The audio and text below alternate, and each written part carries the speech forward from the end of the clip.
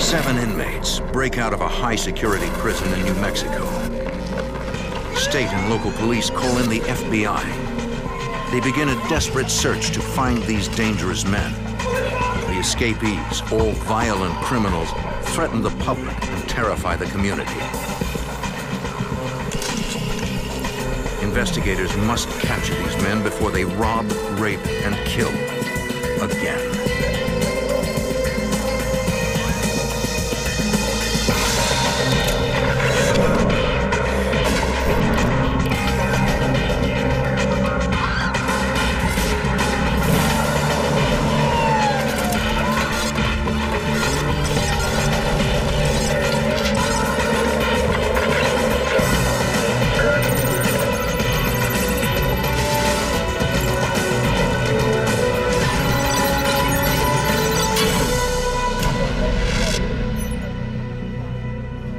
In 1987, the New Mexico Penitentiary housed hundreds of violent offenders, rapists, killers, men that juries put behind bars to protect society.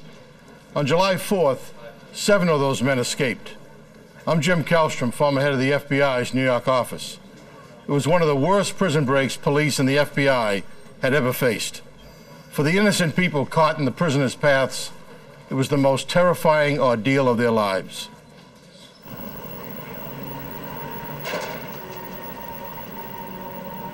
The North Unit at the Penitentiary of New Mexico outside Santa Fe is a Level 6 facility.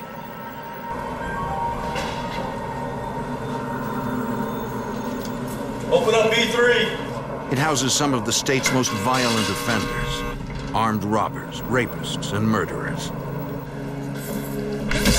Convicted killer William Gilbert is the assigned janitor for his cell block.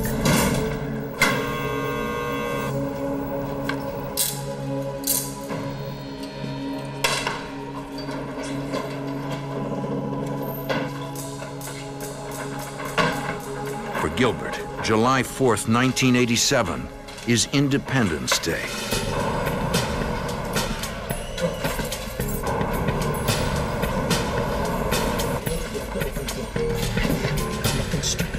Tell me your name and get Wilson to open the door.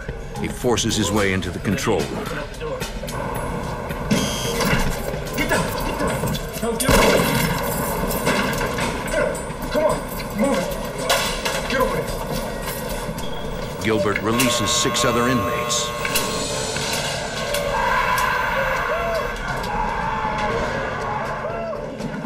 They join him in the control room.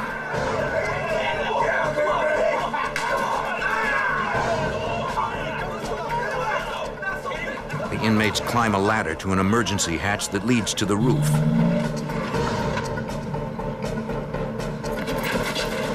They take one of the guards with them as a hostage. The inmates walk along the roof searching for an exit. They are looking for a spot where the perimeter fence meets the building entrance so they can jump to the ground.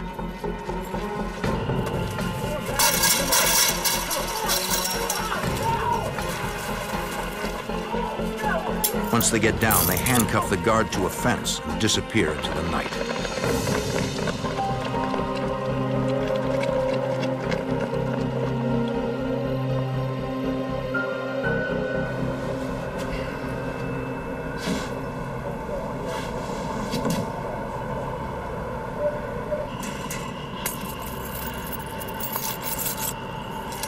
The guard quickly frees himself and goes for help.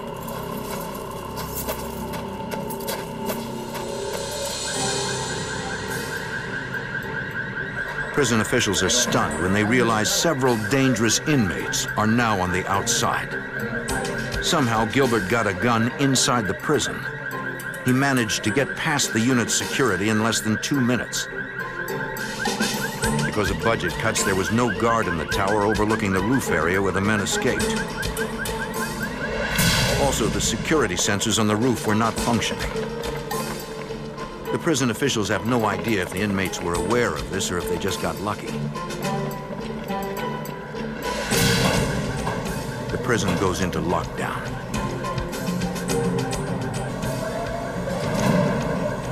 Officials begin a search of the immediate area around the prison. The escapees only have a 15-minute lead. The warden calls the New Mexico State Police. They want the roads sealed off and every officer on the lookout for the escaped convicts. Not certain how many escaped, guards conduct an emergency head count. They find 7 inmates are missing from the North facility, home to the prison's most dangerous inmates.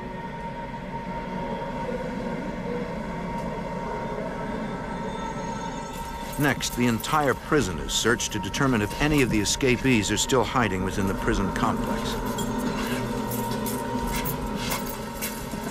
The 7 men are nowhere to be found. Storage area is clear. Going to second location. Local police and sheriff's departments are given the inmates' descriptions and warned to be on the lookout. Prison officials brief investigators from the New Mexico State Police. Former Lieutenant Mark Radosevich. We have to develop an investigative plan, a public notification plan, and an apprehension plan, and they all have to be working simultaneously. If we fail to do them in an appropriate manner or in a timely manner, the results could be devastating. The prison is 14 miles from the heart of Santa Fe, and several residential areas are within a few miles of the complex. Investigators fear the inmates are desperate enough to resort to violence. The prison staff identifies the 7 escapees. William Gilbert is a 4-time killer. His death sentence was commuted to life in prison when New Mexico abolished the death penalty in 1986.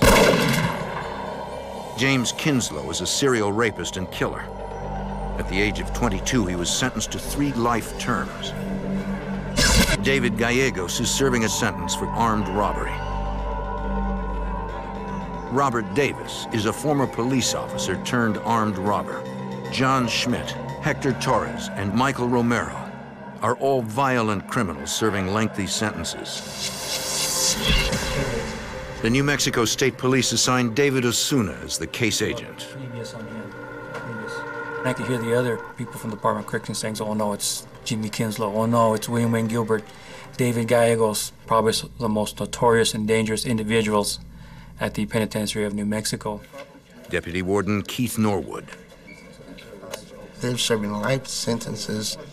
What do they have to lose if they are outside the perimeter fence and within the community? They had nothing to lose.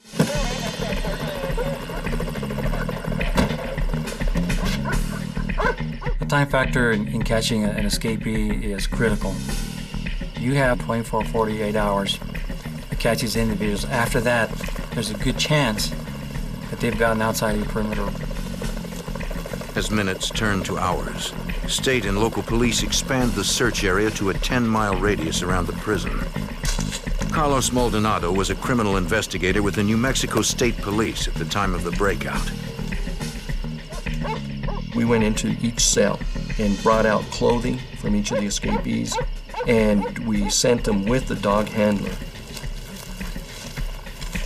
And they would go out in the perimeter of the facility and start seeing if they could pick up a trail. The immediate need was to apprehend and recapture these individuals before they used any sort of violence against our citizens. The stress level for us in the law enforcement arena was considerable. This was one of the most intensive searches that I've ever participated in. We had individuals on 3-wheelers running around. We had people on horseback. I mean, if there was a way to search for these inmates, we'd look for it. The state police had a chopper flying around, and it had a flare with it. FLIR, forward-looking infrared, is a special camera mounted underneath the helicopter. With that flare, they were able to locate body heat off of the ground. Police helicopters coordinate with search teams on the ground. We could provide immediate response to any potential sightings. In the absence of sightings, we identified areas where we thought individuals could be hiding out, conducted searches. We'd move tactical teams into those areas to conduct foot searches. We had different teams starting a house-to-house search in the near areas of the penitentiary. And then there were other teams that were following up on the leads, people that were calling in, suspicious people and what have you. Near the prison complex, canine units pick up the escapees' trail. They were able to maintain a scent trail until they crossed Interstate 25, and then they lost it. At the edge of the interstate, the trail stops cold. For law enforcement, it's an ominous sign. If they got a gun into the facility, then more than likely they planned on a vehicle. To escape on foot here in New Mexico, it's kind of difficult because there's not a lot of water, there's a lot of cactus, there's snakes, there's just all kinds of stuff that run around here at night. The Corrections Department, New Mexico State Police, the Sheriff's Department had a series of predetermined roadblock locations that in the event of an escape or an emergency would be manned in a certain order. Law enforcement expands the search area and calls in officers from all over New Mexico to man the vast network of roadblocks. Not only do we have the state police, but the Santa Fe City Police Department, Santa Fe County Sheriff's Department, we have different tribal officers here. We have Tesuque, Pojoaque, San Ildefonso, Santa Clara, Santo Domingo. I mean, these all encompass Santa Fe County. And then I believe that we also pulled in officers that were currently in class at the New Mexico Law Enforcement Academy. We basically had an inner perimeter roadblocks and then an outer perimeter roadblocks, just in the event that they somehow got past the first group. For law enforcement, the pressure is building. If these escaped killers are hiding out in the residential areas around the prison, no one is safe. In Santa Fe, New Mexico, 7 men convicted of robbery, rape, and murder break out of a maximum security prison. Investigators suspect the mastermind is William Gilbert, a 4-time murderer. 7 months before the escape, Gilbert had his death sentence commuted by the governor. When an inmate escapes, they're looking to get out and never come back. Former New Mexico State Police investigator David Osuna. They may do just about anything to keep from being apprehended again, and that includes the possibility of murder. Authorities need to make the public aware of the danger. I've never heard of a correctional officer being shot, and it was just my opinion that they'll shoot anybody to get away. The governor authorizes the use of the National Guard in the fugitive hunt and gives a shoot-to-kill order to police searching for the 7 men. Investigators know that the physical search for the escapees is only part of their task. They need intelligence. Authorities pore over the fugitives' records. We're going to look at the segregation logs. We're going to see how many phone calls they've made. We're going to see who they've been associated themselves with. Lieutenant Mark Radosevich. The institutions keep volumes of records. Anyone on a visiting list, anyone that's come into the institution, when individuals were moved from cells, where they went during the day, can all be located in one form or fashion. It takes time, but you can find those records. Right now, it seems the escaped inmates have every advantage. These people have time on their side in terms of planning and strategizing and putting these things together.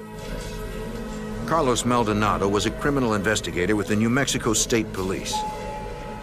But as we know, the best conceivable plans always have something going wrong. So we were hoping for that human element to present itself. Investigators believe at least one other person must have helped the inmates escape. The weapon that the inmate had, how did it get into the facility to begin with? Could there have been another accomplice that maybe was employed through the correctional facility? We didn't know, but we knew that the weapon gained or entered into the facility somehow. They also suspect someone close to the inmates must be helping them now, possibly family or friends. They're going to need to change their clothes. They're going to need food. They're going to need transportation. They're going to need a means to communicate. We have to know early on, if these inmates are going to contact somebody, who would it be? It doesn't take any sort of sophisticated analysis or evaluation to know that it's probably going to be family members that are going to step out on the limb and risk their own freedom to try to help out a loved one. That's kind of the common denominator, and one that we're going to look at immediately. Investigators compile extensive lists of people associated with the escapees. We wanted to know exactly who was visiting with who, and to find out if maybe if it's another inmate that they showed particular interest in, maybe they're family members. So we tried to expand that net as much as we could without depleting resources to the point where you reach the point of diminishing return. It's a huge undertaking. The FBI joins the search. Former special agent in charge of the Albuquerque FBI office, William Brannon. What we can do is any out-of-state leads that are developed as a result of this investigation, no matter where they are in the country, we can have an FBI agent on scene within an hour or two to conduct the interview or to gather the information.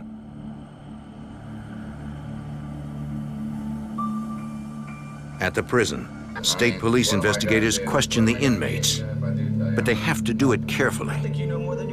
Timing was very important when you interview inmates. It's a different world.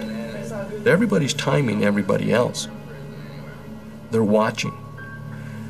If you spend more time with one particular inmate than you do with somebody else, the first question they're going to ask, I wonder why. Did he divulge any information? And their life is on the line. We had a timer set up. The inmates would come in, we'd talk to them for 20 minutes, and regardless of where we were in the conversation, we'd send them back. The inmates of the North Unit say they were not aware of the escape plan. These guys kept that plan pretty confidential. And for inmates not to know things what's going on, especially in their pod, that's pretty unusual. Investigators also questioned prison personnel. They learned that days before the breakout, guards confiscated copies of state police and prison radio codes from Robert Davis's cell. Hours after the escape, guards made another surprising discovery in Davis's cell. Aeronautical charts and maps of Mexico.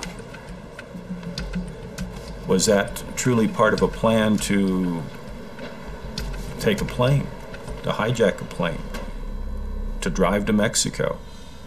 Or is it to send us off in a direction 180 degrees from where they're really at?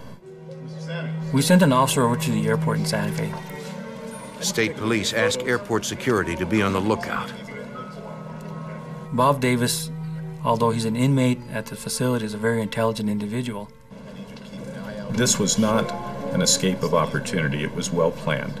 High-risk individuals. They were highly motivated.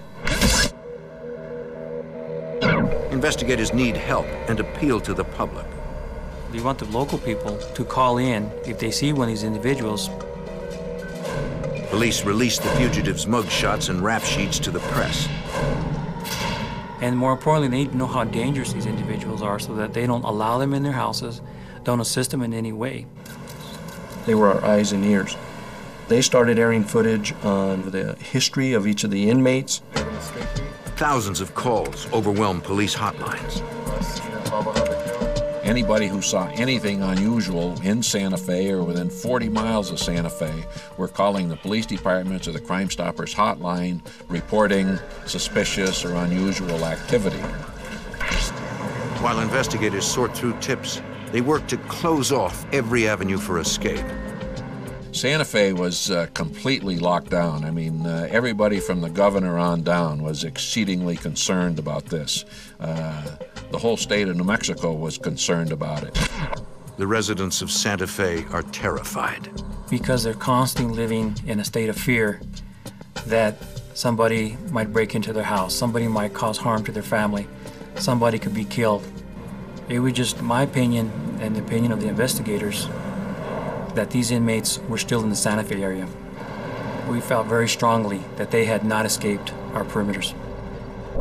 2 days after the escape, a homeowner in Santa Fe reports a break-in at his house. Police find a prison jumpsuit. The find indicates that some or all of the inmates may still be in the Santa Fe area. Then on that same day, 2 miles from the penitentiary of New Mexico, at a local racetrack, a security guard makes his rounds. A security guard who was on his toes saw this individual walking through the racetrack. Come here, where you going? Come on over here, sir.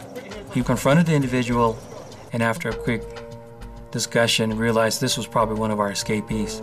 He was able to handcuff the guy, call local officials. New Mexico State Police identify the trespasser as Hector Torres, one of the 7 escaped inmates. With one captured, there's always the possibility that the other ones are close by. 1 inmate has been found. Authorities dispatch a SWAT team to the racetrack to search for the other 6 convicts. If the other men are hiding at the track, police have them cornered. But that is when these men are most dangerous. Outside of Santa Fe, New Mexico, 7 convicts escape from a maximum security prison. 1 man is in custody, and SWAT teams search a racetrack complex for the other 6 escapees. There is no sign of the remaining fugitives. Investigators' only lead to their whereabouts is Hector Torres, the man they captured. Where are the rest of the guys? Carlos Maldonado was a criminal investigator with the New Mexico State Police. When we interviewed him, he said he walked for hours. Didn't know where he was going. Just continued walking and walking and walking. And he said, before I knew it, and he was so fatigued, he was tired, he wound up back at the penitentiary. Torres claims he knew nothing about the escape before Gilbert opened his cell. There was no plan. He just knew that he was free for the moment and took advantage of that. You don't know where According to Torres, 4 inmates stuck together: Gilbert, Davis, Kinslow, and Gallegos. But the rest pretty much just scattered in different directions. Investigators suspect these 4 prisoners planned the escape. Gilbert only released Torres, Romero, and Schmidt to distract law enforcement. Former FBI Special Agent in charge, William Brannon. It was a pretty good thing to do as far as the ringleaders were concerned, because they would put these people loose and out there, and who didn't have a plan, who didn't know where they were going to go. This would certainly occupy law enforcement in running these individuals down. 3 days after the escape, police believe 6 of the inmates are still somewhere near the Santa Fe area. Armed robber Michael Romero and violent offender John Schmidt, 4-time murderer William Gilbert, armed robber and former cop Robert Davis, serial rapist James Kinslow, and robber David Gallegos. The men pose an incredible threat to the citizens in the area. There was no doubt in law enforcement's mind that there were going to be home invasions, and that these people, they had to seek food, they had to seek shelter, and they had to seek transportation to get out of the area. On July 7th, authorities' worst fears are realized. In a suburb of Santa Fe, a teenager babysits her young cousin.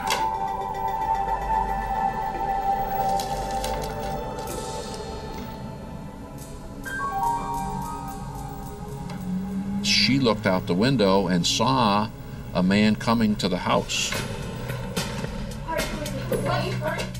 She was so paranoid, as everybody was in Santa Fe. She was able to call the police to say that somebody suspicious was approaching. One of those guys was trying to break in. Oh no, he's trying to break into the window. Oh no, he's at the door. He's at the door. Please call, hurry. Put the phone down! Put the phone down! What do you want? I need something to eat. I need some food. I need some food. Come on. Incredibly, the intruder only steals a bag of bread, then flees. Police arrive quickly. Investigators ask the teenager if she can identify her attacker. Former New Mexico State Police investigator David Osuna. This young lady identified David Gallegos as one of the escapees who broke into her house. SWAT teams converge on the area. Law enforcement officers searched every home within a mile radius during that time looking for the escapees.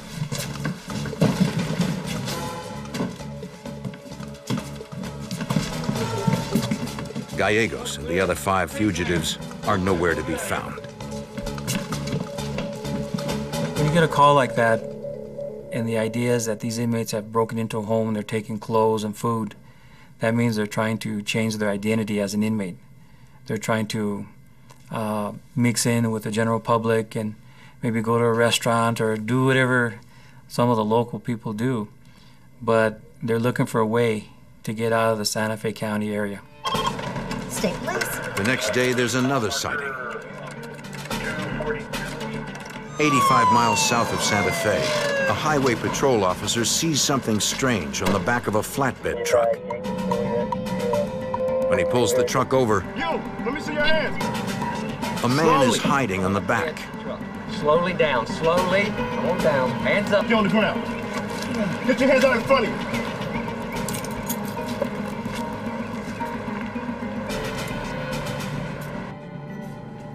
It is one of the escapees, former police officer turned armed robber, Robert Davis. All right, tell me about New Mexico State Police questions Davis. What are you gonna do for me? The interview with Bob Davis was instrumental in breaking this case wide open.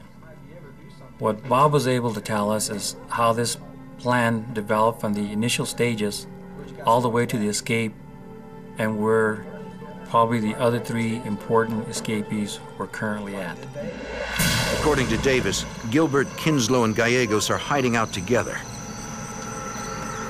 As police suspected, a relative of David Gallegos is helping them. This relative was going to take him to a storage facility here in Santa Fe where they would be housed until the roadblocks were down, and then a relative of David Gallegos would once again meet them, bring them to Albuquerque, and they would make their escape all the way to California. Former New Mexico State Police Lieutenant Mark Radosevich.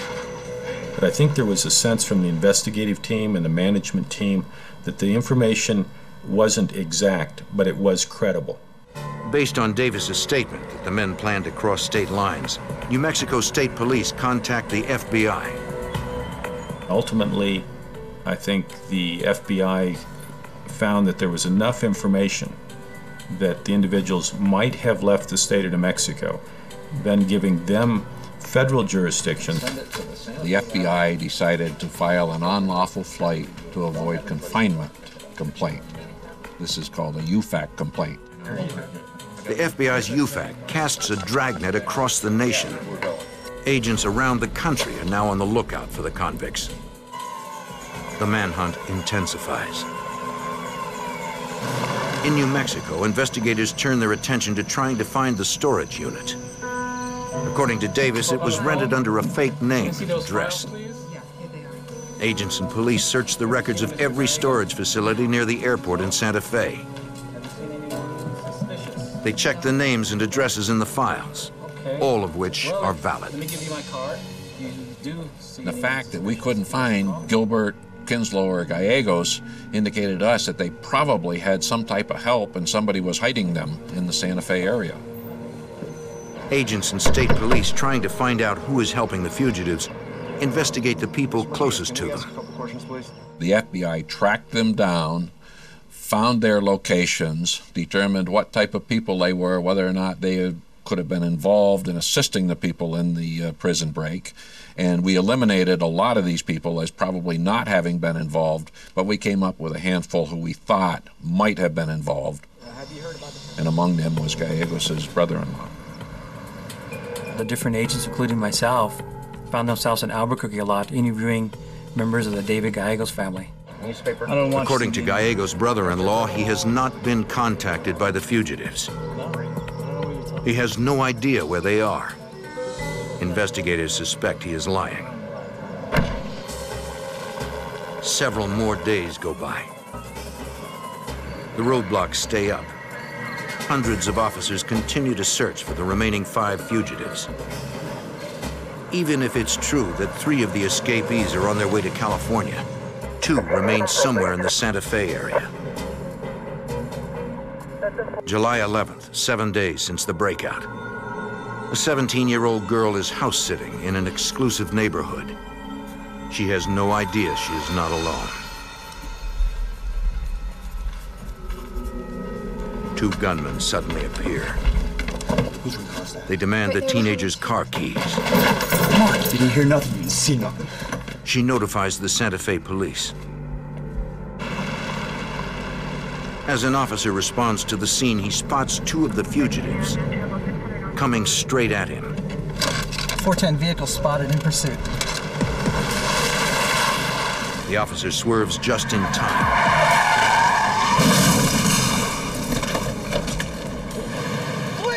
The fugitives aren't so lucky.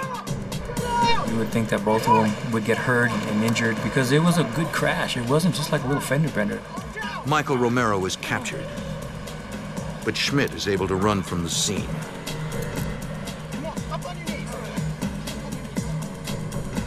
He's hiding somewhere in the neighborhood, possibly injured, and desperate to do whatever it takes to remain free.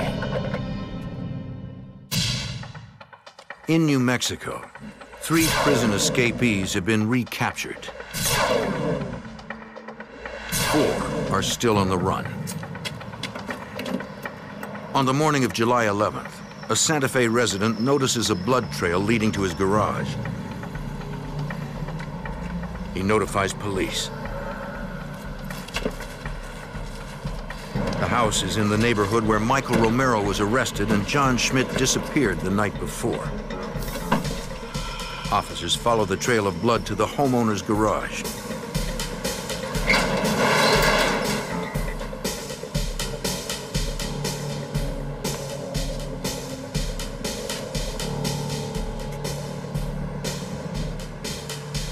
Put your hands where I can see them. There, they find John Schmidt. This individual was arrested in a garage near the governor's mansion in downtown Santa Fe, which caused a little bit of a stir. Former FBI Special Agent in Charge William Brannon. After the first 4 individuals had been apprehended, the only people on the loose were Gilbert, Kinslow, and Gallegos. They are the 3 most dangerous escapees. 4-time murderer William Gilbert, serial rapist James Kinslow, and robber David Gallegos.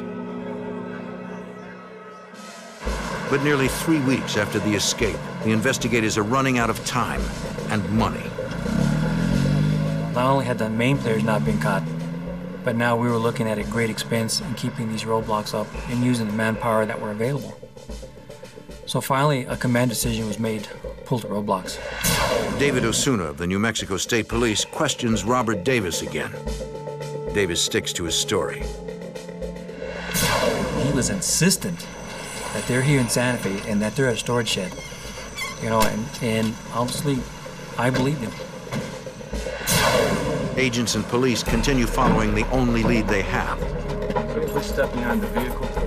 They take another look at all the storage facilities in the Santa Fe area. We finally end up at this one storage facility off of Airport Road. All right, ready? Let's go. Now. Nothing. At this facility, investigators find that several people occupied one of the units for an extended period of time. Nothing. I didn't see anything. Investigators find a tiny hole drilled through the concrete wall of the storage unit. And they could actually see, although it was a very small hole, traffic going by, people going by and talking, what have you. Lieutenant Mark Radosevich. The agents did check that particular location repeatedly, went through the records, but there were some cards that had been inadvertently stored in another file cabinet that were not provided to the agents on any of their visits. Again, we were that close. The discovery of the storage unit confirms the agent's suspicions that the fugitives are receiving outside help. We felt that someone had to have contact with that group. Investigators surveil the remaining fugitives' family members. Former New Mexico State Police criminal investigator Carlos Maldonado. We use a technique where it's not aggressive, but it's obvious surveillance. Where they look out the window, they know that you're parked out there. Yeah, he's on the move right now. And it's to raise the stress level so that hopefully mistakes are made. Agents set up PIN registers, a device that enables them to track the numbers of all incoming and outgoing calls on the phone lines of a select number of the fugitives' associates and family members. We had a PIN register installed on a particular individual, and on the 21st day, that individual received a call from a motel in Albuquerque, New Mexico. We sent an FBI agent and a state police agent to that motel. FBI agent. They show the desk clerk photos of the remaining fugitives. You have seen them before? Yeah, I have seen. The desk clerk recognizes the three men. She says they checked out of the hotel a few minutes ago. Did you notice what type of car they were on? Police and FBI agents search the area. There is no sign of the fugitives. We recognized that Wayne Gilbert and Jimmy Kinslow and David Gales had probably left the state. We didn't get any more tips, no phone calls, no nothing. Investigators believe California is a likely destination. They know Gallegos has relatives there.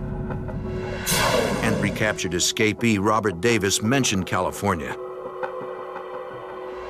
Authorities contact police agencies and FBI offices in California to be on the lookout for the three men.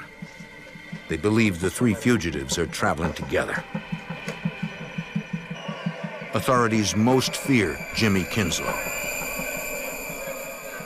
They just knew or felt or believed that because of his background, being a stone-cold killer and rapist, that he was going to do that again. The FBI's fears are justified. In Arizona, Kinslow has already identified a victim. 7 inmates make a daring escape from prison. Only 3 escapees remain free. They are heading west, and 1 is taking hostages.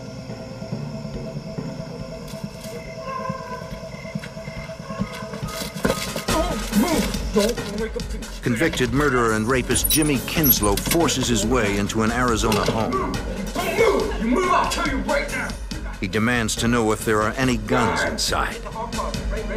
Don't move! Former FBI Special Agent in Charge, William Brannon. He obtained several handguns, a shotgun, and I believe 4 rifles. So now he's very highly armed. He forces the entire family into the car.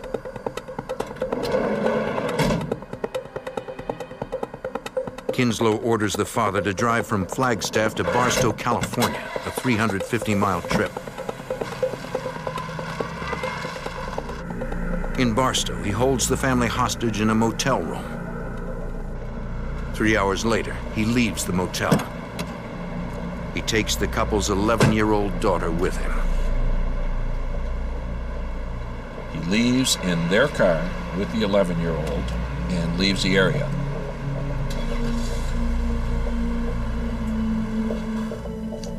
The mother and father are able to free themselves from their being tied up. Go get the police, quick. Oh, hurry, please. They notify the Barstow Police Department. Barstow police immediately contact the FBI. He's got my little girl. The FBI responded to the area and began looking for the car that Kinslow was using. Former Special Agent in Charge of the Los Angeles FBI office, Bucky Cox. The fact that Kinslow now was on the loose with an 11-year-old girl notches this up considerably. There is no type of case in law enforcement that gets law enforcement's attention more than the possible harm to a child. Agents and police search the streets looking for the abducted family's van. 2 hours later, they get an incredible break. The 11-year-old girl approaches a police car in Garden Grove, California, 115 miles from Barstow. All right, hold on a second. Step She back. tells the police officer she was abducted in Flagstaff, Arizona by an escaped convict along with the rest of her family. What's happening? The kidnapper drove her around for several hours before dropping her off behind a restaurant. And says to her, "You stay here. I'm going to come back. If you're gone, I'll find you." Well, as soon as he left, she disobeyed that order and walked out to the street and flagged down a patrol car. She gives police an accurate description of Jimmy Kinslow. According to the girl, the kidnapper is still driving her father's car. She tells them she overheard him making plans to meet friends at a trailer park somewhere nearby. Garden Grove police spread out and search the area looking for the abducted family's car. They quickly spot it. Garden Grove didn't approach that vehicle. They backed off of it to establish the surveillance to see if they could catch someone coming to that vehicle.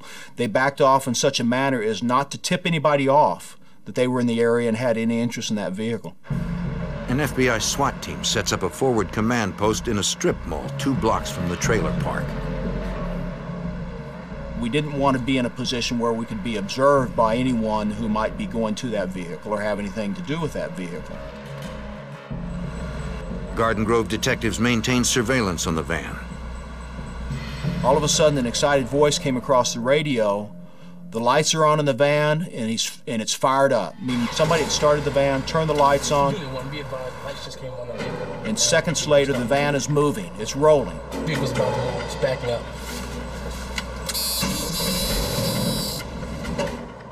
They pull out in pursuit. Investigators thought the vehicle was empty. Apparently, Kinslow was inside all along. The convicted murderer and rapist is finally in their sights. The FBI had to make a decision. Did they want to follow the car, see where it took them to try to capture Gilbert and Gallegos, or should they immediately arrest Kinslow? They made the absolute correct decision and decided to immediately take down Kinslow. FBI agents and Garden Grove police converge on all 4 sides of the vehicle. He's got a van in front of him. He's got FBI behind him. I think there's a Garden Grove patrol car behind him. I'm actually coming the opposite way and turn in towards the side, so he has no place to go at this point. Kinslow is outmanned and outgunned. But police fear this ruthless murderer will not go down without a fight. In Garden Grove, California, agents and police have dangerous fugitive Jimmy Kinslow cornered. Investigators fear they are in for a fight. Let me see your hand! Jimmy Kinslow finally gives up. All right, down! One more! Get out! You have the right to remain silent. Anything you say can and will be used against you in a court of law. You have the right to have an attorney. You can't afford one. One will be appointed to you.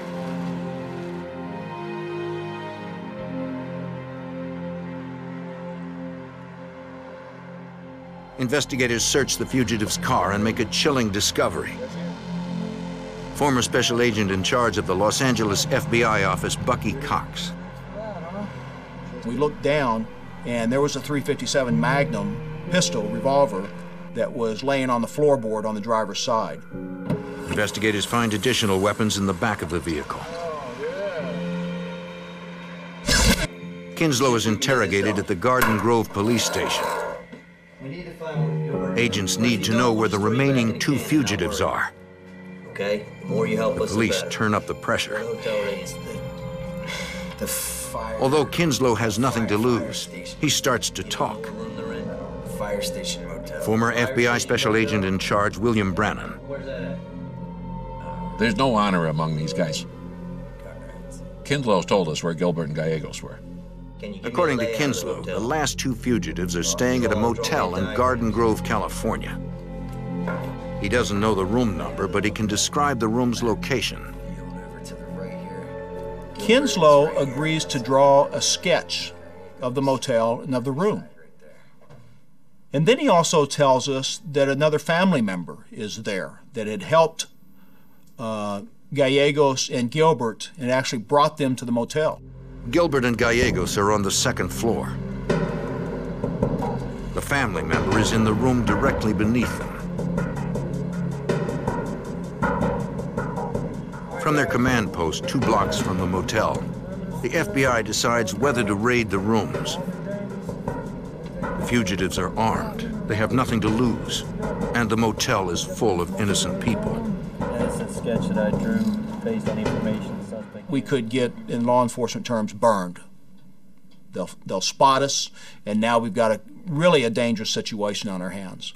Conversely, if we hit the wrong room, then it's going to wake up the whole neighborhood, and we've got a dangerous situation on our hands. So we weighed the options.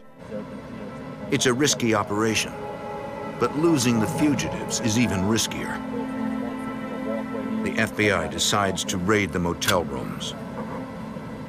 All set, ready to go. So here we had 2 separate rooms, one where the remaining 2 escapees from New Mexico are located, and the other one where the people who assisted or facilitated the escape are staying. Ready to go?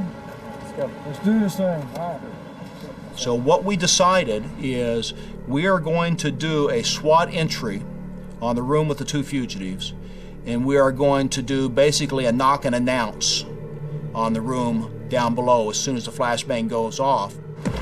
At 6:30 a.m., an FBI SWAT team forcibly enters room 243 at the motel. No knock was made.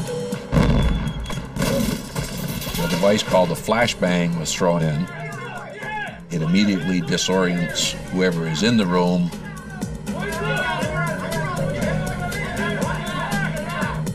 William Gilbert and David Gallegos are quickly taken into custody. Don't move!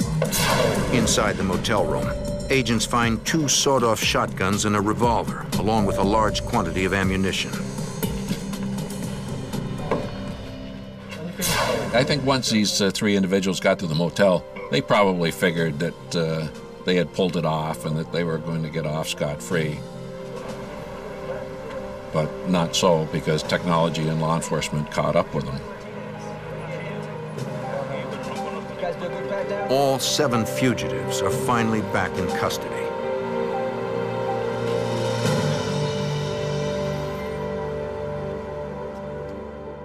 It was an exhilarating experience when they were caught because the team had done their job. It was great. On July 31st, 27 days after the escape, the last of the fugitives are returned to the penitentiary of New Mexico. Their breakout had been months in planning. To this day, no one knows how Gilbert got a gun inside the prison. After the escape, New Mexico built a new prison with more modern security features. Thanks to the hard work of the New Mexico law enforcement agencies and the FBI, Michael Romero, Robert Davis, John Schmidt, and Hector Torres face additional charges. William Gilbert, Jimmy Kinslow, and David Gallegos will spend the rest of their lives in prison. In 1981, a witness told investigators of a double murder in Idaho. Near a trapper's camp, they found a game warden's body. A second warden's body was missing, along with the killer, Claude Dallas. Investigators would track the mountain man through unforgiving country he knew better than anyone. In an area known for anti-government sentiment, the FBI knew the manhunt would be difficult, but Dallas must be found.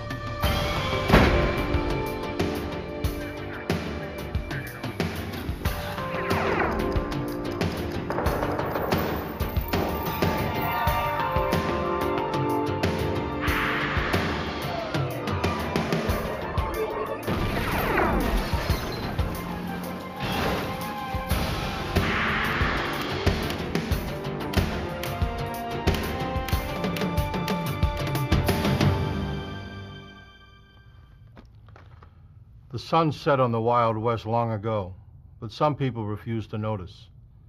Claude Dallas was one of them. A wily trapper, distrustful of authority, Dallas typified the rugged individualism that forged this country. He went too far when he killed 2 game wardens in 1981. The law that he despised so much began to close in. But Dallas knew the land and could live off it as long as he needed to. Finding him wouldn't be easy.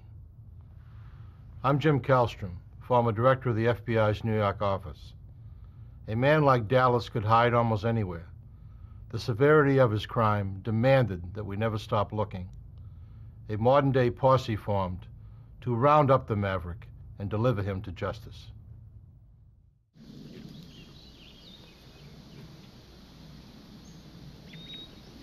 On January 5th, 1981, Jim Stevens arrived at a friend's trapping camp, bringing provisions as promised. He fired warning shots to report his arrival. He knew his host didn't like being surprised by unannounced visitors. The trapper, Claude Dallas, had created the gunshot warning system. He was protective of his compound. Dallas was glad to have the supplies. He was trapping for the winter in Bull Basin, a remote area in southwestern Idaho near the Nevada border. He had bagged a few bobcats out of season and planned to sell their furs in the spring. But he needed food before that to sustain him. Besides restocking Dallas's camp, Stevens had come to look for Indian artifacts. He planned to search along the river. In such an isolated area, he was bound to find new items for his collection. Dallas stayed to look over his new provisions.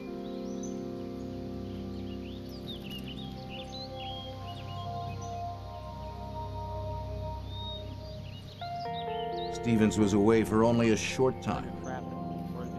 Overhearing raised voices, Jim Stevens soon returned to the camp. He found his friend was not alone. Dallas was arguing with 2 game wardens, Bill Pogue and Conley Elms. Hey, slow. Oh, you got a gun, sir? Stevens noticed Dallas's shoulder holster was empty. Though the wardens rarely met with trouble, few woodsmen were happy to see them. They requested Stevens' gun, following standard field procedure. All right, talk to me again. Are you up here with him? Yeah.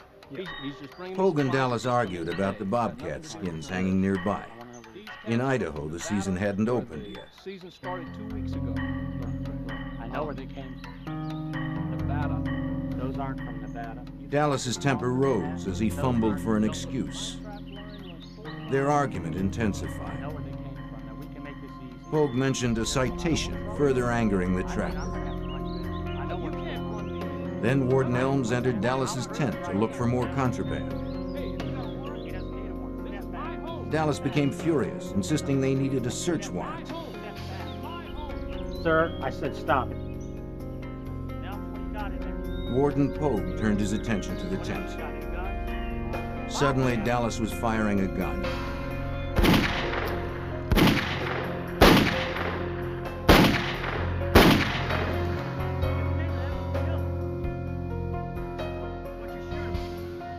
He had drawn a .357 he had kept hidden and emptied it into the unsuspecting wardens. Without a word, Dallas reached for his .22 rifle and carefully aimed behind the ear of Bill Pogue.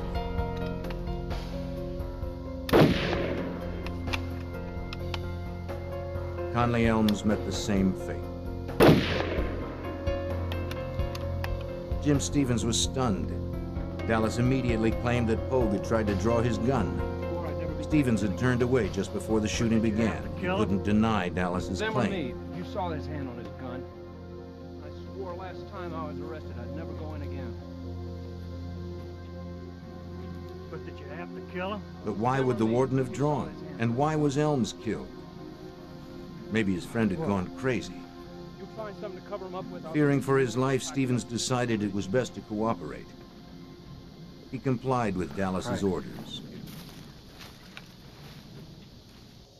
Using one of Dallas's mules, they hauled Bill Pogue's body up to the ridge where Stevens' Blazer was parked.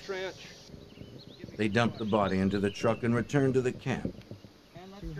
Conley Elm's body was too heavy for the mule to carry up the hill to the truck. Dallas first suggested they quarter him and haul the pieces. In the end, they dragged him almost half a mile across the rocky ground to the river.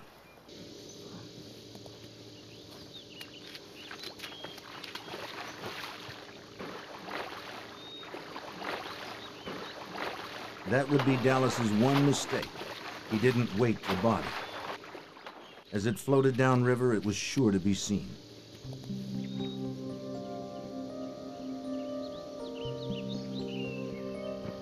As a trapper, Dallas knew about leaving tracks. He must cover his to make it hard on the investigators who would hunt him. Using kerosene, he burned the bloody spots left by moving the bodies. Stevens had to help.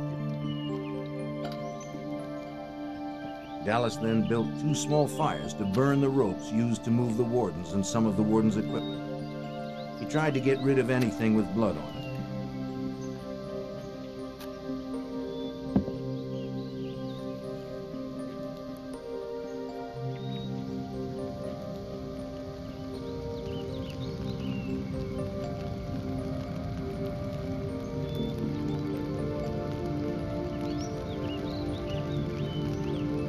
Dallas never expressed remorse for the killings. To Stevens, Dallas seemed without emotion. It was more reason to fear him. Dallas had to get rid of Bill Pogue's body. He decided to go to a friend's house in Nevada for help. Stevens didn't want to cross Dallas, and it might give him a chance to get away from the killer. They would head for Paradise Hill, Nevada, 5 hours away.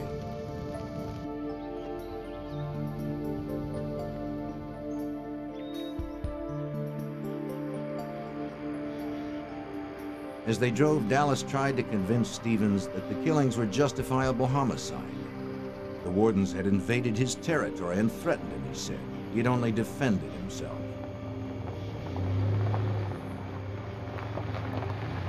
Stevens couldn't understand how it was self-defense, but he didn't argue. There was no telling what Dallas might do to him. Near the end of their drive, Dallas apologized for involving Stevens. They arrived at the home of George and Liz Nielsen in Paradise Hill, Nevada, around 11 o'clock that night.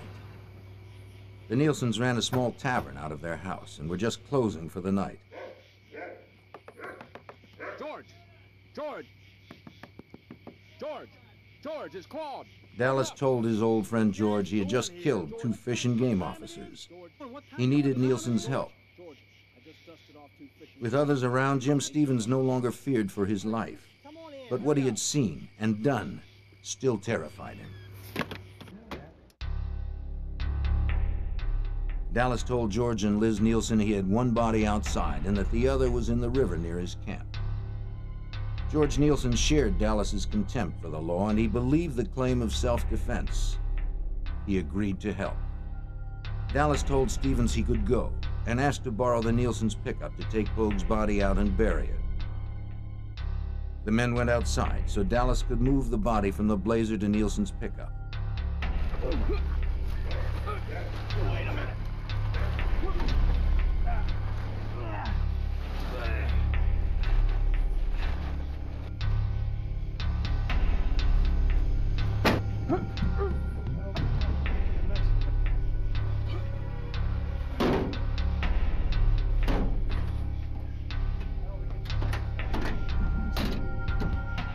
Stevens could finally head home. Dallas went off alone to get rid of the body. Hours later, he would return to the Nielsens to shower, change clothes, eat, and pack. The Nielsens would give him food and some cash. Around 5:30 a.m., Nielsen would drop him off 15 miles away, where it is believed another friend picked him up. In any case, Claude Dallas had disappeared. A few hours later, Jim Stevens realized he had to go to the police. Liz.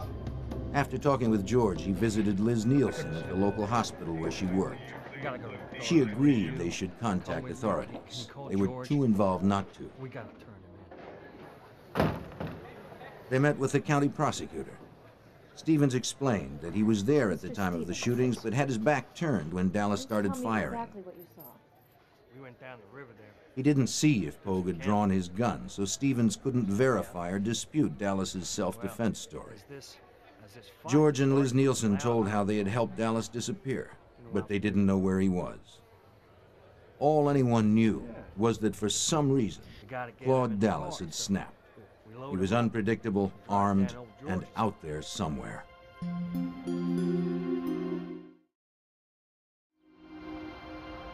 If Stevens were telling the truth, there were 2 lawmen down and a killer on the run.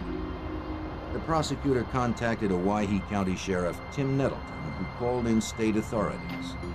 I notified the Department of Law Enforcement to gain some assistance because of the expertise that they could supply my department. As Nettleton prepared to investigate the crime scene to check Stevens' story, the FBI was called in to track Dallas. Special Agent Frank Nenzel, then stationed in Reno, was assigned as the Nevada case agent. The FBI was called into the investigation of the murders of officers Pogue and Elms because it was believed that Dallas had, first of all, cold-bloodedly murdered these 2 officers, and secondly, that he had fled the state of Idaho to avoid prosecution. We have thick wooded areas, we have water, and we have some open terrain. Dallas knew the land and had a head start, but the FBI had to find him. Sheriff Tim Nettleton led the investigation of the crime scene where Claude Dallas had killed the 2 game wardens. He was accompanied by deputies and state forensics experts. An investigator riding in a news helicopter spotted a body in the river. He radioed to the team on the ground, and they located the body of Warden Conley Elms, caught on a submerged tree branch. At least 1 death was verified. Back in the camp, officers approached Dallas's tent with care, on the chance he was lying in wait for them. But only pelts and skins remained. With the area secured, Sheriff Nettleton and the forensics team could begin verifying the rest of Stevens' story. They couldn't rely solely on one witness's testimony. They needed hard evidence that placed Dallas at the scene and proved what happened beyond a reasonable doubt. Investigators videotaped and took photographs to preserve the placement of footprints and other evidence. They were most interested in collecting ballistic evidence. The examiners needed to retrieve the warden's guns and any spent bullets from them. The question was whether the wardens had fired or even drawn their guns. If they had, Dallas may be innocent of murder. Searchers found .357 and .22 caliber shell casings, which they hoped to be able to trace to determine who had fired them. Although evidence had been burned, much still remained. The scorched twigs might yield powerful clues. In the process, we found where the sagebrush had been piled on human blood, later identified as Bill Pogue's and Conley Elms' blood, and burned, we assumed, to destroy the evidence. It was painstaking work, but their meticulousness was crucial. Even the tiniest traces of evidence would be useful to Idaho State Crime Lab examiner Rick Groff. There was a number of blood spots that were collected off of plants, off dirt, around a campfire, just in a number of locations. The one eyewitness, Jim Stevens, cooperated fully. His testimony would help the Idaho Department of Law Enforcement's Harry Capall reconstruct the killings. We took, the next day I believe it was, we took Stevens and went back down to the crime scene and had him walk us through, showing us where Elms was standing, where Pogue was standing, where he was standing, where Dallas was positioned, and we acted it out and photographed it.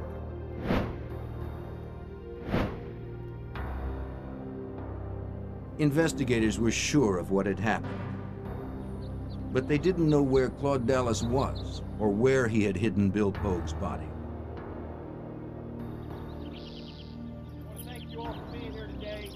Local and state officers and civilian volunteers would look for the body. The news of the warden's murders galvanized the searchers.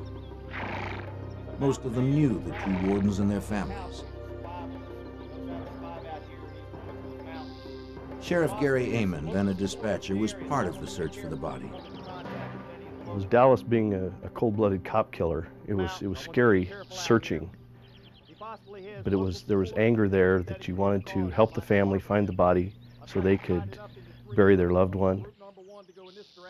Many of the searchers knew the 30-square-mile wilderness that they'd be scouring, but there were dozens of abandoned mine shafts and gullies in which to hide a body.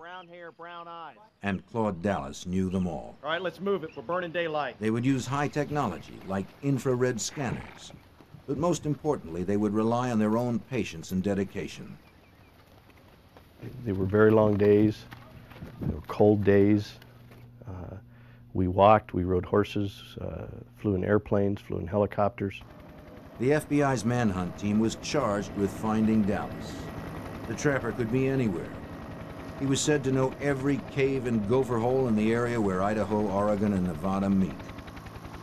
So the FBI wasted no time in blanketing the region with agents. A specialized FBI force arrived in Winnemucca this morning, 12 members of the Bureau SWAT team out of San Francisco.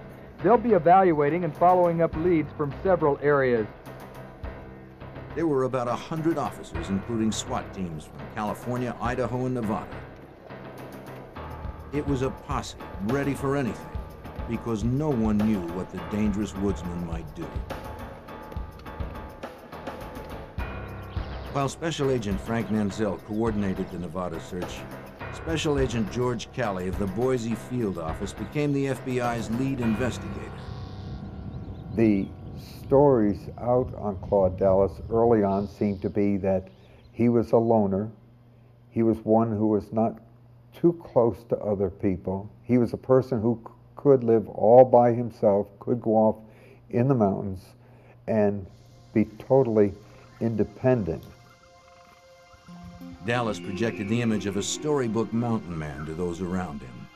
It was a tale years in the making. Dallas was born on March 11, 1950 in Winchester, Virginia, the second son in a family of 9. When he was just a boy, his father taught him to hunt and lay a trap line, and that game laws didn't apply to them.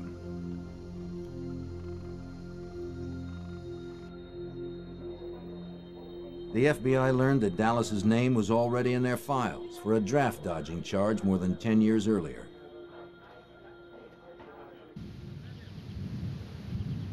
When he was 18, he had registered for the draft as required by law, then left his family and hitchhiked to California.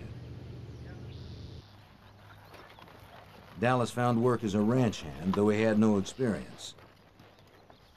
But he learned fast and soon became known for his hard work and for his distrust of the law. After several years, he moved on, perhaps unaware the FBI wanted him as a draft dodger.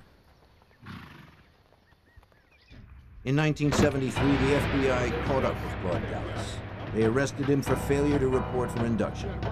But the draft board couldn't prove he had ever received his draft notices. They dropped the charges. It was his first victory over the government laws he despised. Dallas moved to Paradise Hill, Nevada. He decided to trade ranch work for the life of a trapper.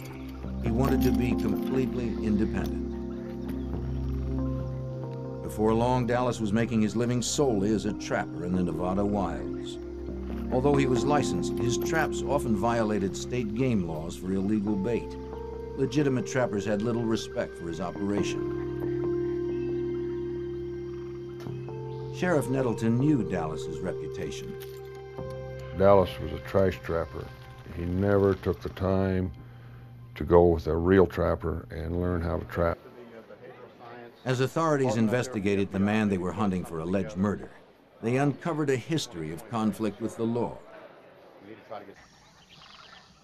In 1976, Nevada game warden Dale Elliott came across some of Dallas's illegally baited traps. Dallas used birds and animal parts to lure bobcats, whose skins brought a good price. But this improper bait also attracts animals like raccoons and skunks and kills them needlessly. Elliott confiscated the traps and fined Dallas $100. 2 years later, in 1978, another game warden, Gene Weller, came across more traps in Dallas's territory. They were illegally baited with chunks of meat and had no tags. Dallas couldn't be found, and since it was late, Weller decided to return the next day to look for him.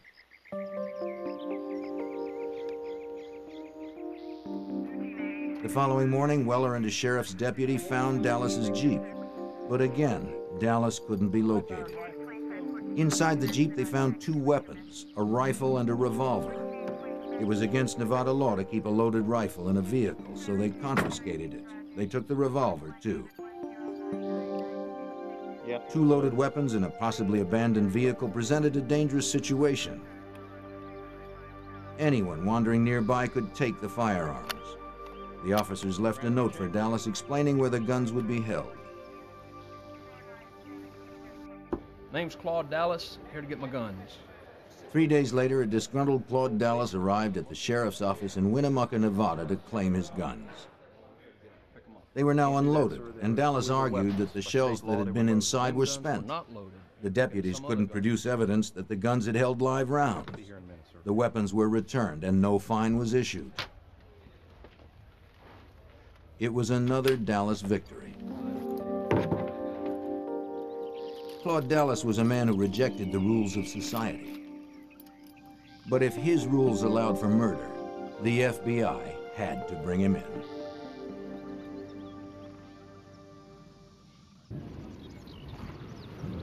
Within days of the two game wardens' deaths, FBI agents gathered information about the killer Claude Dallas. Special Agent George Calley led the investigation. We realized that to find Claude Dallas, we had to learn more about him. The FBI talked with local trappers and ranchers. Many were reluctant to help. The information on Dallas came slowly. As it did, the FBI pieced together the days leading up to the killing of the two game wardens. In December of 1980, a month before the killing of the wardens, Dallas had made a winter camp in the remote stretch of wilderness in Idaho's southwest corner. He would spend the winter trapping alone, but for a few visits from friends like Jim Stevens, who promised to bring mail and supplies. He chose Bull Basin for his camp. It was perfect for him. Wild, isolated country rich in deer and bobcat. A place where a man could live by his own rules. Dallas's closest neighbors were miles away. He knew other trappers sometimes worked Bull Basin, but he figured he could avoid them and the state's fish and game laws.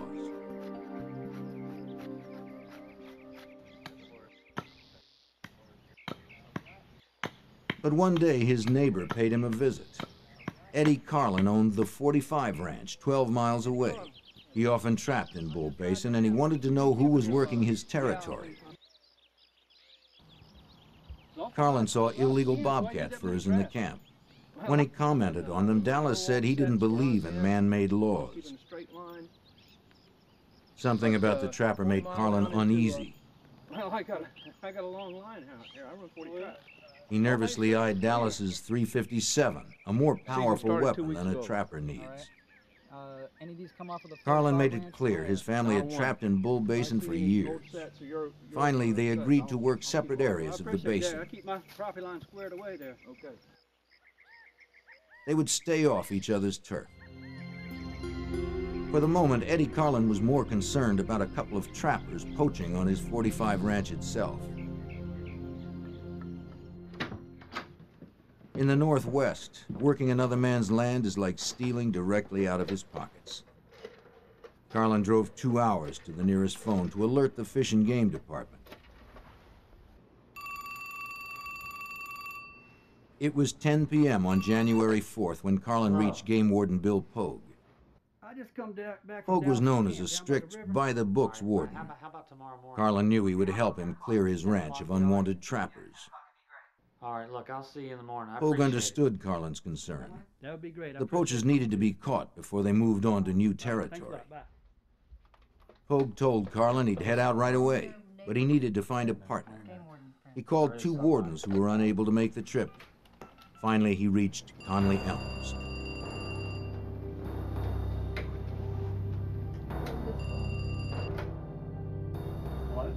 Yeah, Elms. It was late, but when Elms heard the problem, he immediately agreed to go.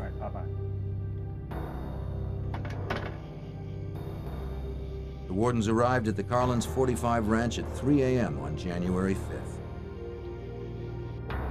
After a few hours' rest in sleeping bags outside, the men joined Eddie and Joanne Carlin for breakfast. Eddie described the poachers who were trapping on his land. The wardens considered how to approach them. Then Joanne added that there was another man named Claude Dallas trapping in Bull Basin. He was bagging game out of season. 2 other guys camping right on the edge of my ranch. Eddie told them to watch out for Dallas. The wardens said they'd cover each other. They left to confront the trappers on the 45 ranch first.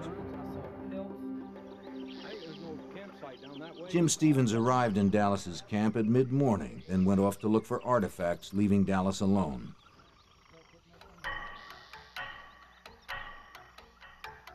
The wardens entered the camp to check on the possible trapping violations. Claude Dallas? Yep. Come out of the tent, please. Bill Pogue, Conley Elms, Game Wardens. Dallas would later tell Stevens what happened next. The wardens asked Dallas for his gun. He surrendered one that the wardens had seen, but kept a second .357 pistol hidden. 20-mile trap line goes down into Nevada. I've got a license. Let me see your licenses. Dallas said the argument began after the wardens checked his trapping licenses. They asked about the pelts he had hanging up. What's in the tent? Pogue pressed Dallas about the bobcat furs, and Dallas's anger rose. What about these pelts? These pelts came from here. No, these are. Hey, sir. Whoa, hey, the tension quickly escalated. You got a warrant? He doesn't need a warrant. This is my home. Step back. And in an instant, Dallas's temper turned deadly.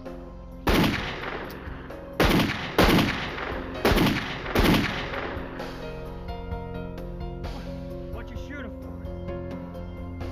Perhaps what was most horrible was the way the wardens were executed. Oh.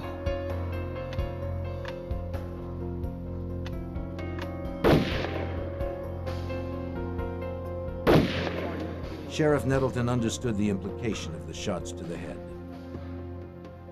That shot behind the ear was to finish him off, and is a common way of administering death by a trapper.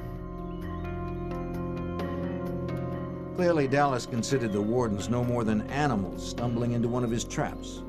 The cold, terrible nature of the crime didn't faze Dallas. Unshaken, he tried to cover his tracks, intimidating Jim Stevens into assisting him. Then he vanished.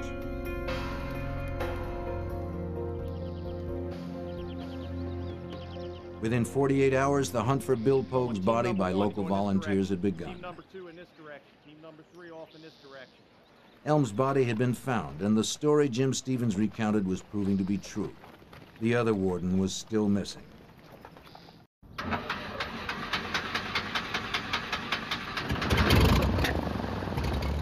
Local and state authorities used every tool at their disposal, including Sheriff Nettleton's airplane.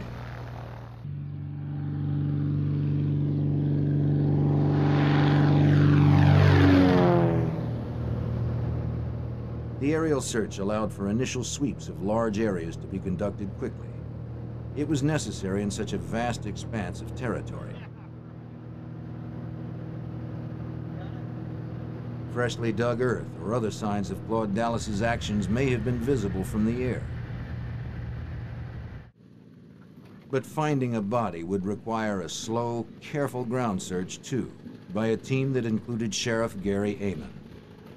When we actually went down and searched for the body, approximately 50 or so people went down. We camped out near Paradise Valley, and we would break up into teams, and we'd go search a specific designated area that we were assigned to, and we would basically turn over every rock and look under every brush for signs of a grave or footprints, bodies, whatever, any evidence that might be related to this case. As local authorities searched for Pogue's body, the FBI hunted Claude Dallas. He could be anywhere, from the Northwest to Mexico or beyond. Dallas was on his own turf, and the manhunt promised to be long and frustrating. Agent George Kelly and the other investigators knew that to find Dallas, they'd have to narrow the search. We had to contact the people that he had seen in the past, and we began to get an idea of the type of person he would look up by those who had similar interests that he did. And we really concentrated on who are his friends. Investigators knew Dallas had friends in Paradise Hill, Nevada, so they focused there, checking homes, barns, and other buildings. Agents learned Dallas kept many of his belongings in a converted trailer behind George Nielsen's bar. When agents searched it, they discovered nearly 20 weapons and some combat training manuals. It was further evidence they were hunting a man who was dangerous and knew how to kill.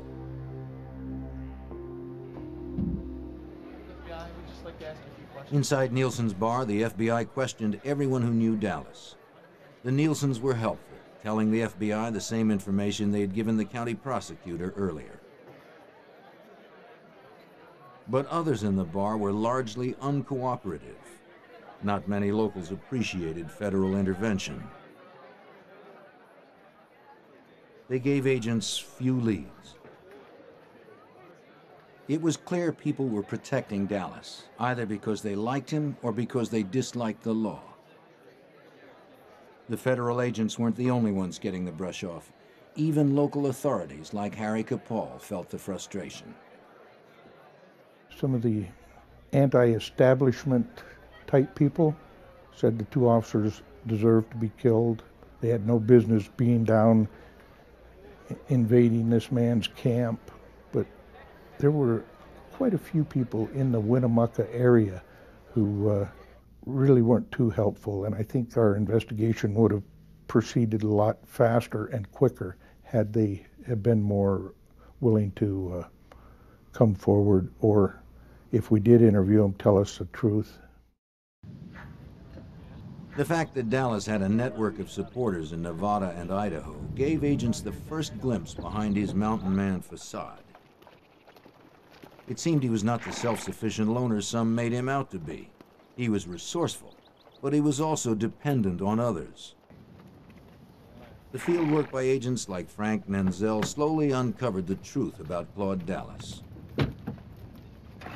He wasn't earning any money, so he had to have some way to eat and sleep and that sort of thing, or a place to go to hide. So he was able to avoid us because he did have some friends, not only in the state of Nevada, but Northern California, where he had relatives. As investigators learned how Dallas operated, they figured out how to bring him out of hiding. They'd make the reclusive backwoodsman the best recognized man in the West, so he'd have to come home to hide. They designed and distributed a wanted poster and put a $20,000 reward on Dallas's head. Sheriff Nettleton called it the Poster War. I had requests from so many police agencies, all the way from Alaska, all up and down the West Coast. They were in Field and Stream. Virtually every gun shop west of the Mississippi had one hanging up. And any place that Mr. Dallas went, he would see his face. Any of his haunts, any of his friends would see it. This would leave him only one place to hide, back in Paradise Hill, where most of his supporters were. Investigators kept the pressure on, following every lead, searching every day, and waiting for Dallas to resurface. After 15 months, agents noticed the people of Paradise Hill becoming uneasy. They acted nervous when any law officer was nearby. The agents worked their contacts and learned that Claude Dallas was coming back to town. FBI agents persuaded a friend of Dallas's to turn informant and notify them when Dallas actually returned. In April of 1982, the informant came in to talk. He didn't want any trouble. Claude Dallas had moved in with a friend, he said. He was at Craig Carver's trailer just outside of Paradise Hill. There were plenty of weapons in the trailer.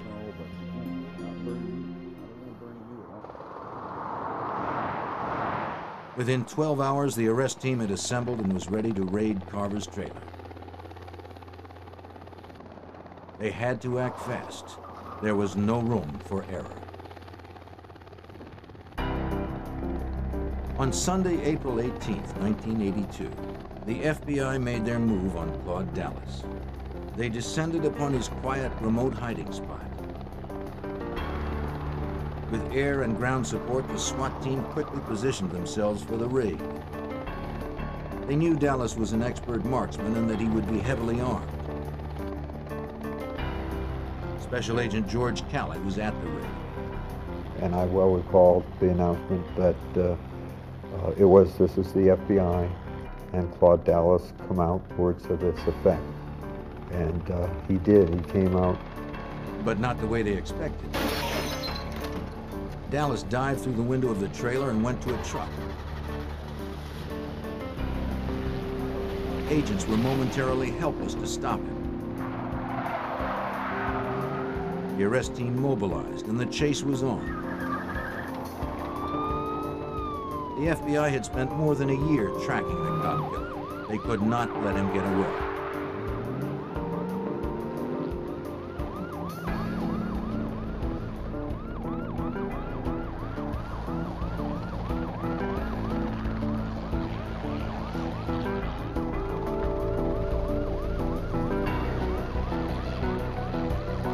Cruisers and the helicopter stayed on his tail despite the danger.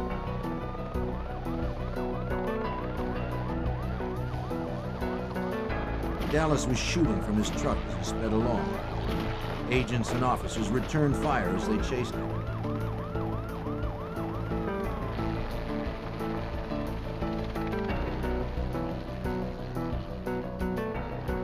He seemed unstoppable, even bulletproof.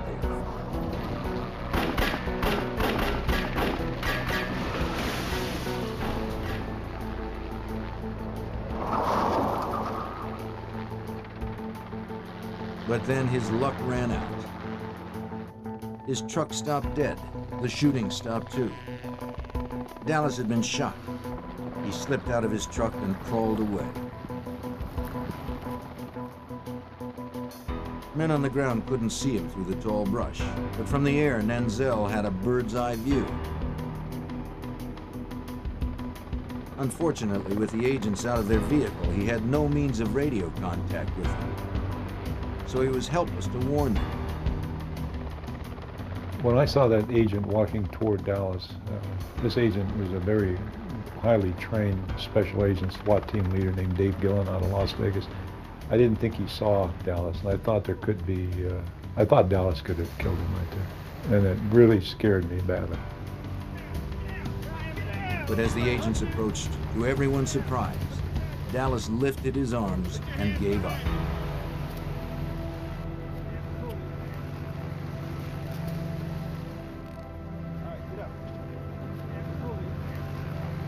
He was transported to a nearby hospital for treatment. The FBI had their man. Frank Nanzel breathed a sigh of relief. Dallas told us he could have killed the agent that was walking toward him. And I said, thanks for not killing him. With Claude Dallas secure behind bars, prosecutors began to build their case against him. This morning, investigators went through Dallas's belongings looking for evidence to help in prosecuting him. Items searched included traps, pelt stretch boards, clothing, and 8 guns. I believe there is a possibility that we could have the homicide weapon, but we don't know. How many weapons are you looking for? We're looking for one particular weapon. But you're specifically looking for the gun that Claude used to shoot? We're hoping it might be in this bunch. At the Idaho State Forensics Lab, examiners tested the weapons confiscated from Dallas's trailer. They hoped to find the guns used to execute the wardens. But the tests were inconclusive. Prosecutors would have to rely on other forensic evidence and the testimony of Jim Stevens to earn a conviction. When Claude Dallas was released from the hospital, he was booked at the Humboldt County Sheriff's Office, then flown back to Winnemucca, Nevada.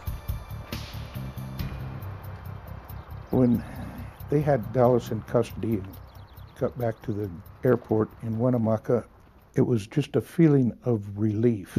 Hey, it's over with. Now let's get him tried. Authorities were taking no chances. Security at the Owyhee County Courthouse was bolstered for Dallas's arrival. From the first day of the trial, the courthouse was jammed with spectators, split into pro and anti-Dallas camps. His most vocal advocates were the so-called Dallas cheerleaders. During the trial, there was a group, mostly ladies, that were openly antagonistic towards any law enforcement, that thought Mr. Dallas was cute and being railroaded. Didn't mind telling anybody that we had no business prosecuting him. The prosecution expected an easy conviction on first-degree murder charges. They had a witness to the crime, forensic evidence, and a defendant who eluded capture for over a year. But it wouldn't be easy. Whether it was the strong defense or Dallas's charisma, after 7 days of deliberation, the jury reached a shocking verdict. Instead of the maximum charge of first-degree murder, they found Claude Dallas guilty of 2 lesser charges of voluntary manslaughter. If the jury was beguiled by Dallas, the judge was not. He gave Dallas the maximum sentences he could, a total of 30 years. During the trial, Dallas finally gave up the location of Bill Pogue's body. This provided some relief to the people who had searched the wilderness for months. Still, many felt justice had not been done. We were shocked that Dallas got away with this, because he had cold-bloodedly murdered 2 very fine Idaho officers, and not only murdered them, but shot them in the back of the head like they were just animals that he caught in a trap. And I thought that it was the worst decision. There was no justice. I felt bad for law enforcement, but I really felt bad for Pogue and Elms' family. I thought that was just tragic. Bill Pogue's body was recovered from a shallow grave about 15 miles southwest of Paradise Hill, Nevada. And Claude Dallas began serving his time at the Idaho State Penitentiary. But the ordeal was not over.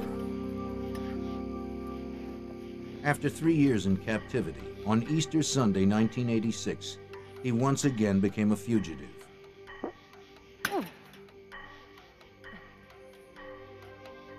Agents believed a woman from Reno who had befriended him brought him wire cutters on a visit. He used them to cut through the prison fence. It seems she also provided the getaway car. Dallas was now an escaped killer, and the manhunt team responded with full force. The FBI placed him on their list of 10 most wanted fugitives at the request of Special Agent George Calley. We knew could be difficulty in finding him, that should get him on the top 10. Knew that getting this publicity, not only nationwide, but worldwide, and our wanted flyers that go out. Special Agent Nenzel welcomed the top 10 listing. You have the backing of the entire FBI, more so than you would in just a a regular case. I mean, we have all the equipment, helicopters, planes, technical advice, laboratory, SWAT teams, people that are able to do all kinds of things will help you on a solid lead on an FBI top 10 fugitive case. The media also turned more attention to the case, generating more leads. The search was off to a strong start. Hopes were high when agents quickly located the car allegedly used in the escape. Forensics examiners processed it for prints. It may lead them to the escapee. But he had left no trace of himself. A few months after Dallas's escape, agents had a hot tip on his whereabouts. He was hiding in the small mining town of Eureka, Nevada. Under cover of darkness, Vegas and Reno SWAT teams arrived for the raid.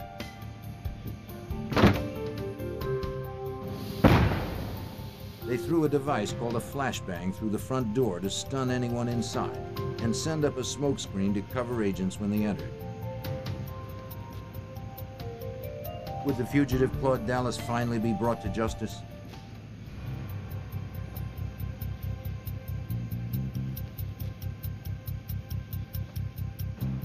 SWAT team members searched the house for Claude Dallas, but he had slipped away again.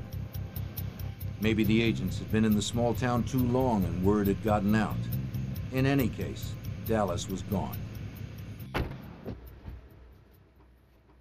It would be several more months before agents got their best break, almost a year after his escape from prison. They had been following another of his friends, Danny Martinez, who lived in the ranching community of Riverside, California. Martinez had a friend who looked a lot like Dallas, and he talked the friend into giving Dallas his ID. The friend was uncomfortable with the arrangement. He called the FBI and agreed to help them. Meanwhile, Dallas fled to Mexico using the ID. He cut his hair, shaved his beard, and got a nose job. He had a new look, but he hadn't changed his pattern. As before, he returned to where his friends were, as agents predicted.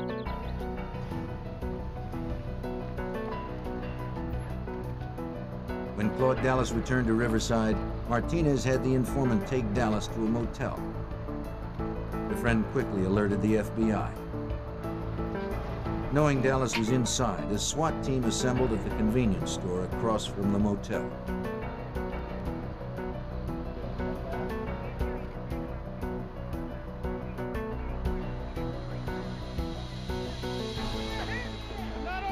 He was surrounded and he was unarmed, so he could not fight back this time.